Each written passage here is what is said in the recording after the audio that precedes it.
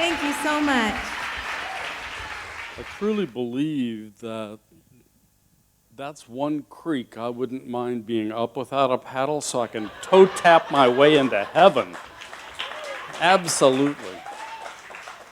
Great sound, thank you.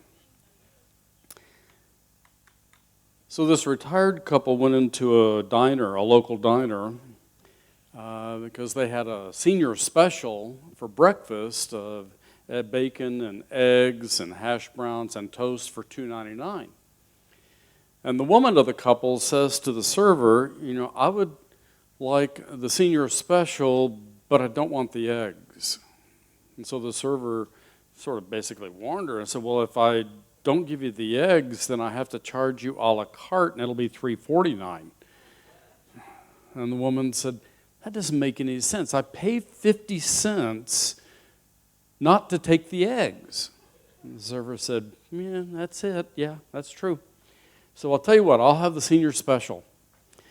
And the server says, so how would you like your eggs? She says, I'll have them raw in the shell. And she took them home. This is using that which you are presented in a constructive fashion. Now, since this theme this month is about gratitude, and that gratitude is the key, finding the least little bit of gratitude in every single event, every circumstance, every exchange, every experience makes the world go around a little more kindly. And today, gratitude as feedback is really using the word grateful. We use that word for the physical experience that we have after receiving something we have desired. And so we feel whatever it is we feel, and in classes again and again and again and again, I ask people to tell me, what does gratitude feel like for you? When you get something you've wanted for a long time, and all of a sudden it shows up in your world, in your universe, what does that feel like? And they're varying and sundry responses, everything from, I feel full, my mouth can't not rise up at the corners. But describing the physical experience is really important. By paying attention to the body's experience of gratitude, we can then recreate those feelings on command. And this is a powerfully created state. It's a state that Holmes talks about and calls embodiment. So in our spiritual mind treatment, 5 steps, there's recognition, unification, realization, thanksgiving, and release. The thanksgiving step is stating gratitude. It's claiming the experience of gratitude before the prayer has been answered in that system, in that process. But what if what we do is hold an attitude of gratitude for everything we desire in our heart before we get it? It sets in place a point of view, an attitude. Everything in our world is feedback about the consciousness that created it. Everything. That means that the impeachment hearings, the reports by reporters about anything going on in the world, the continuing crisis in the Middle East, the school shootings, every single thing in our world reflects as a declaration of the consciousness that would have it be that way. People, we are responsible for our world. Our attitude contributes to that. So just like with a lot of things, if you want to eliminate world poverty, world hunger, don't participate. Extract yourself from that. Now, it doesn't mean resist it. That's a distinction that I started drawing this morning. The difference between resistance and rejecting. I reject poverty from my life. I don't have to yell about it. I don't have to get all excited about it. I just reject poverty from my life. That's the same as saying no to poverty so that the yes of my prosperity can come forward into my experience. I don't have to say no to government scandals unless I want government scandals. And then I just say no to that in my experience, plain and simple. And I do whatever I feel I need to do in order to change that, to correct that. But I don't need to resist it. Like I said last week, I always thought it would be kind of funny to resist prosperity because, you get what you resist, right? It doesn't really work that way. But if I reject poverty, I have space for the prosperity that wants to come into my experience. So everything, literally everything in our world is feedback about the consciousness that created it. H.L. Mencken, one of the curmudgeons of our world. In this world of sin and sorrow, there's always something to be thankful for. And for me, I rejoice that I'm not a Republican. Now, people, lighten up. I'm not talking about Republicans. This is not a political statement. It's H.L. Mencken, who was a rabid Democrat, okay? And there are rabid Democrats, there are rabid Republicans, there are rabid Greenies, there are rabid socialists, there are rabid whatever. There are rabid religious scientists, for criminy's sake. And those who are rabid are the ones who say, well, what's in your consciousness that you would do that? Nonsense. When somebody says that to you, the best thing to do is turn the other cheek. Literally, turn the other cheek, walk away from them, because you don't need that. It's not the truth of things. The truth is, yes, your consciousness brought that into your experience, but who says you did it intentionally? What's in your consciousness? Well, what's in your consciousness? Oh, I did a violent thing. I can't do that, can I? Sometimes violence is the answer. Now, this is sarcasm, people. Do not put this in your notes. Do not take this home and teach your children. Okay? I'm being humorous. It's a turn of a phrase. How we doing?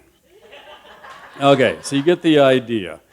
The physical body gives us feedback all the time about our personal world, and sometimes we're aware of it, sometimes we're not aware of it. The trick is how we interpret those feelings, that physical experience. One day I was driving down 7th East, driving south on 7th East. It was traffic time. I was kind of in a hurry, and I was in the left-hand lane there, and just about where 21st South is, it usually bunches up there as you're coming south during early rush hour or late rush hour. It bunches up. So I'm going along, and the light at 21st South turns green, and I'm going along, and all of a sudden something says, change lane. So I did, and change lane. So I did, and change lane to the outer lane. And as I did this over a period of maybe 75 yards, something 50 to 75 yards. As I did this, there was nobody behind me, nobody on the right of me. I was at the tail end of this rush clump, and all of a sudden, a guy from the center lane goes pulling way over to avoid hitting someone who had stopped in the middle of the intersection for no reason. Bless his heart. And he keeps coming over. And I didn't see that until I'm already over here, and he starts coming over. I see his fender coming up right next to mine, and he just keeps coming over. And we had a little bit of a scrape. That's all it was, just a little bit of a scrape. Nobody got hurt. There was no real damage to our vehicles, but it startled him that I was there because he was so focused over here, he didn't pay any attention to what was on his right. Okay? I didn't think about any of that. My body just started changing lanes. And I believe, after the fact, I believe that happened because my body sensed something up there that my conscious mind did not perceive. We are exposed to information all of the time. And how we interpret that information is generally what we use to make the decisions about what we're going to do next in our world. Have you ever been wrong in your interpretation? We all are sometimes incorrect in our interpretation of about what's going on. My gosh, you can't translate any language. You can't interpret any language. It's always a version of, it's not the same thing. To make things worse, every single word has a different definition for everybody in this room to some degree. So if what you want to do is speak the truth, don't use words. Well, that makes it really difficult, doesn't it? Because as soon as I use a word, I think I have communicated, and in fact, I've given my version of what that word means, and somebody else is going to hear that word, interpret it through their own filter. Well, you see how that could go. And the old game of telephone goes on in ad infinitum, or ad nauseum, as the case may be. So the physical body gives us feedback, and that feedback is pure. The body has been here longer than our consciousness has been. When we were in the caves, we lived an instinctual life. Before the bicameral brain came into place, we didn't discriminate with information we received so much. It was all part of the one. On a really interesting read, pick up The Evolution of Consciousness and the Bicameral Mind, and that'll put you to sleep in about 3 minutes. It's a complicated read, and those of you, how many of you have read that book? Yeah, exactly. It's not exactly junior high, high school, or college reading. It's something that if you happen to be a weirdo, love words and books, then you might gravitate or have somebody give you this book and say, here, read this and tell me what the hell it says. And that's about as close as most of us get. But if you read that book, you're going to see how our consciousness evolved biologically so that we could further misinterpret what our body is experiencing. What a great opportunity for confusion. So, everything gives us feedback about the consciousness behind it. Everything in our body gives us feedback about the consciousness behind it. So if what we can do is develop an awareness about what gratitude feels like for us, we can imagine gratitude before the fact. And that imagining of gratitude before the fact sets a stage. Actually, Ernest Holmes says the attitudes of praise and thanksgiving are salutary, most health-giving. They elevate consciousness to a point of acceptance. Would you rather spend your time putting lots of process and attention and intention on consciousness of lack and limitation and disease and suffering? Or would you rather put your time focusing on what could you, as God, express now? Oh, but wait a minute. That means I have to figure out all my lack, limitation, thoughts, and what have you, and change those thoughts and do my affirmations, and then hold my nose just right, and inhale through the left side and exhale through the right side, and get trapped in process for decades and say, look how far I've come, when you could have simply said, I choose to express as God. But what would that look like? In our lives, we don't have a clue. We have notions of, we have little elements of, we have ideas about. But the true expression of it's all God and we make up everything else, we're going to make up something about what expressing as God looks and feels like. We're just going to do that. Why? Because that's what we do. It's part of how we're designed. We interpret things. We are the naming beast. We identify and pigeonhole it and think everything that looks or sounds or feels like that has to be that. It's the classic pigeonholing trap that we get ourselves and find ourselves in all the time. People, it's time we grow up and first of all not take stuff personally. Second of all, realize we're going to misinterpret our world, so the objective is to stay in communication, keep talking, keep interacting, and just wrestle through it, because it ain't going to get no better until we do. No matter where you go, you'll keep following yourself, or some version of that. So, Holmes and his creative mind and success. The reason we can make our requests known with thanksgiving, this is the gratitude before the fact, is because we know from the beginning that we are to receive, and therefore we cannot help being thankful. So we know beforehand that we're going to receive. We develop an attitude or an awareness that we're already going to receive. We have the faith and behave accordingly that it's a done deal.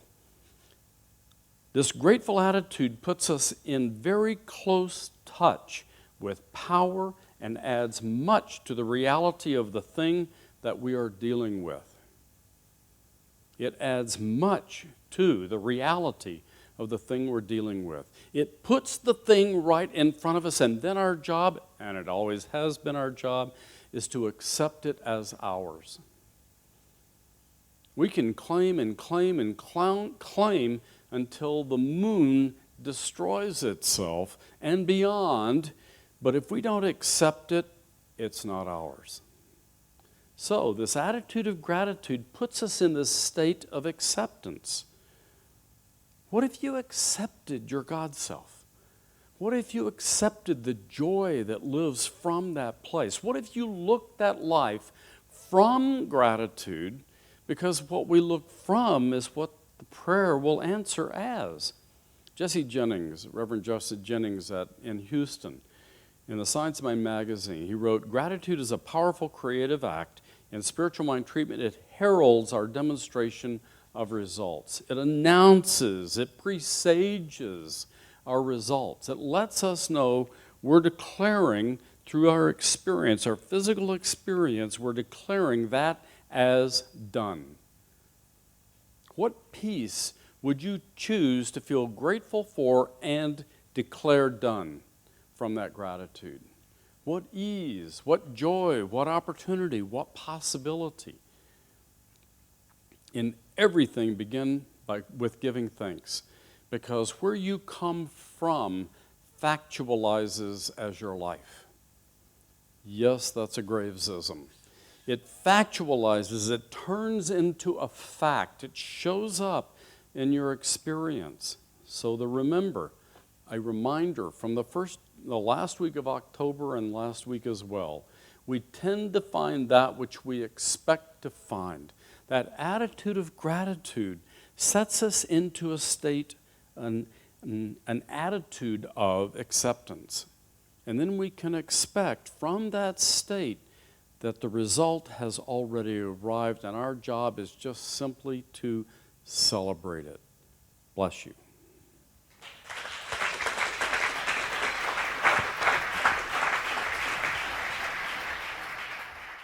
So let's spend this time, let's go into that state and let's pray together.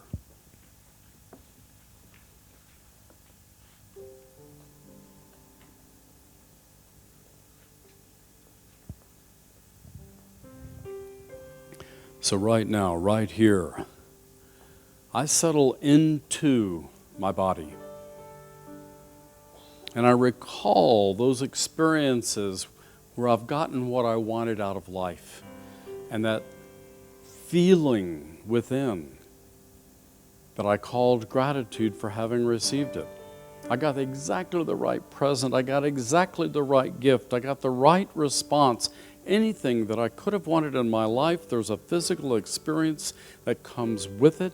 And that experience, whether it be a sense of fullness or joy, elation, a lifting, a lightening, a smile, a leaning into the love exchanged.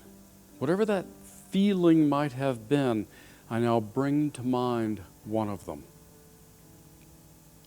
And I know that feeling, I know that gift, I know that attitude as God itself. It lives within me because I experience it. And I know it lives within everyone. So the gratitude already exists. And I know that the words spoken this morning by these beloved practitioners stimulate a deepening experience of the desire realized. So as these individual words continue to be spoken, I speak my word for this beloved community. And I speak these words from the gratitude that already fills me, knowing that the word comes into experience and expression. It can't not. The law responds perfectly, consistently, constantly. So this word I know as wholeness itself. I know peace,